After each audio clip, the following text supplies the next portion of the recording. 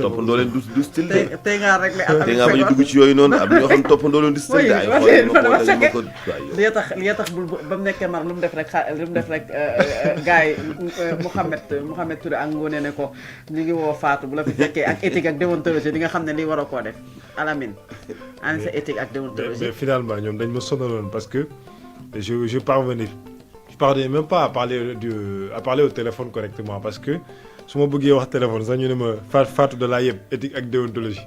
leneen bu yàggee rek xam naa éthique ak déontologie xanaa xam nga reetaan gu fort sax bokku ci. ah bon waaw meloo nee na dañoo sonn ak éthique ak déontologie bu Fatou bi.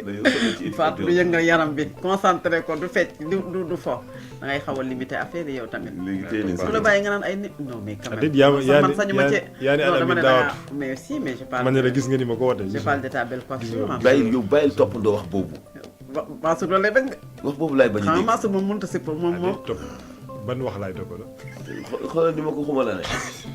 c'est que Mansour daa yéex a découvrir loolu. xamu ko woon. xamu ko woon maa ko tegal. c'est-à-dire ma xam noonu góorgóorlu léegi di sol caleçon nag xoolal ni ma ko watee. ak ko dama laa maa ko tegal vidéo TikTok bi. mu koy xoolal mu mel ne nag xoolal mu mel ne wàcc boobu xoolal di ko dégloo ko dégluwaat naan indiwaatal nga nu mu ko waxee. mais damaa jommi. yaa ilaha illallah. gis nga ko de. fii la réew mi toll.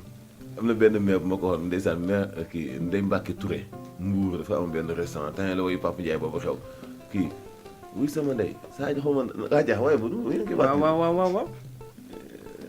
waaye ba nu am na muy sàllal ñi ko mais bi di Papa Ndiaye surtout dara yàlla ci ni muy xàppal ni muy sàllal ñi ko mais xale yi léegi itam non nit léegi nga mel ni kenn xoolu la nga naan damaa dabalaa sa karawut. yemal foofu rek yow it nag. uy. yemal foofu. cim. fi nga dabalaa bon. cim. mais bu mujj bi ndel fondan la wax de. cim man tamit. tamit topp ko kon. kii fi mu war a bon. c'est grave en tout cas.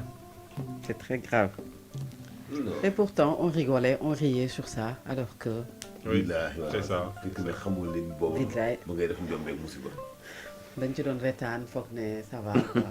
xam naa ni et beaucoup d'expressions que l'on entend parfois sur les réseaux. yàlla na ko watal on rigole na bukk nit wata lay dee. booy nañ dem ci yéene. man mi doon wax sànq ci médias étrangers yi mu rëcc rek xaw tuut ma dee fi ma toog nii. tu as parfaitement raison alors que certains bof.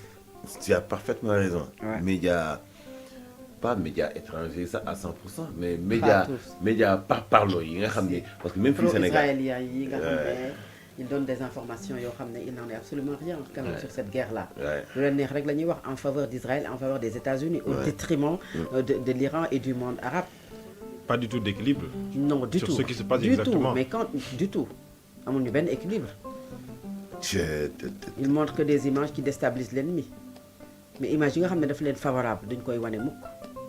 guerre bu compliquée nag. Ouais.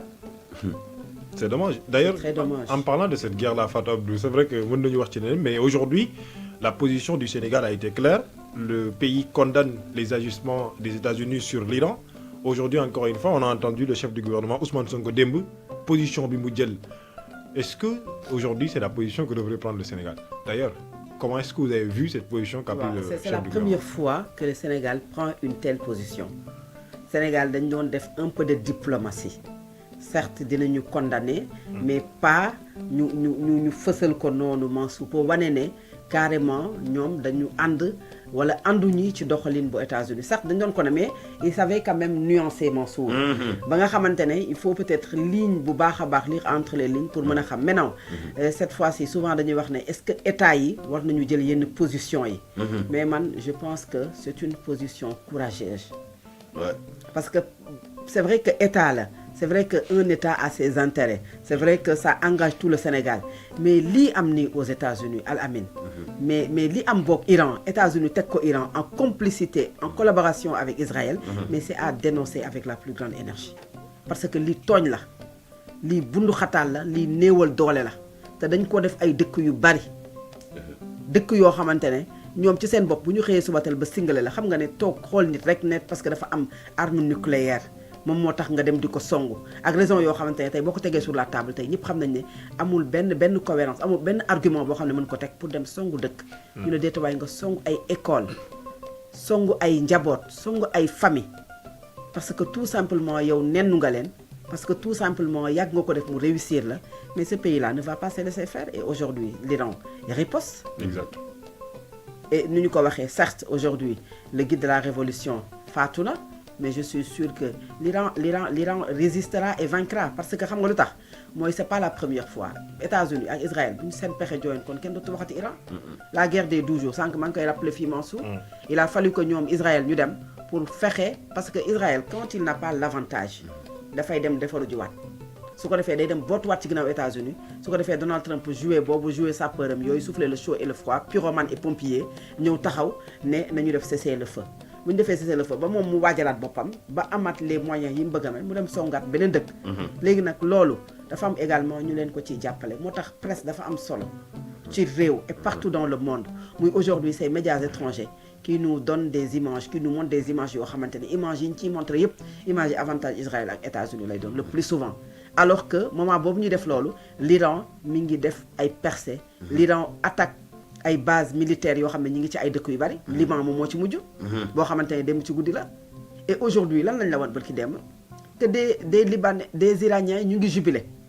partout dans le monde parce que xam ne ni dafa ñàkk bakkanam alors que c'est faux. On a vu même un présentateur de télé toog ñu annoncé faatu gi mu leer ko ne moom la mun a yëkkat ay di jooy ndax am naqar. Il fait partie des personnes les plus acculées aujourd'hui à travers le monde mooy xamee ni nit ñi niñ ko bëggee sànq maa ngi rappelé ne boo demee foo mënti dem nga dem Irak Islamabad nga dem Bahreïn foo mën di dem Téhéran ñëpp dañu am démb naqar ak métit mais fii Sénégal nit ñi dañu am naqar am métit boo dee comparé dëkk yu ak Sénégal dëkk bu tuut la mais parce que c'est quelqu'un boo xamante ne ci fi mu taxawee ci guide de la révolution mais ni mu teewee dëkkam en plus jullit àqan la ci doxalinam ak ci waxinam ci këram ga mu dëkk boo ko fa fekkee de par sa parole quand il disait que son corps n'est que poussière moom intéressé wu ko. mais kooku seetlul États-Unis dëkk yi nga xamante ne ñoom lay songo kii. c'est-à-dire que et loolu li ñu ngi wax Sénégal mais liñ ci war a ñaawlu mooy le silence assourdissant des pays arabes ce soutien boo xamante ne kenn gisu ko cette hypocrisie bi ma doon wax léegi Mansour. même pour la guerre Palestine et Israël mais c'est parce que aujourd'hui il y a des pays arabes yoo xamante ne Mansour. suñu àndandoo woon doon gën a say. jàppale ko kon affaire bi du yegg fi. non du woon yegg si fii.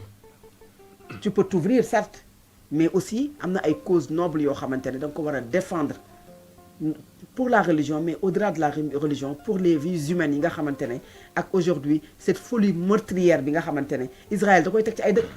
Palestine jóge fa aujourd'hui en complicité ak États-Unis mu dem songu Iran demain beneen dëkk lay songaat encore. comme ni nga ko defee woon yeneen dëkk moo tax li ma doon wax tout à l'heure rek. C'est triste, le monde est injuste malheureusement et nous sommes impuissants face à tout ce qui se passe. Malheureusement, la situation fii la yegg si El Hadj Mansour. xam nga boo xoolee Donald Trump bi mu faluwaatee ak léegi day def benn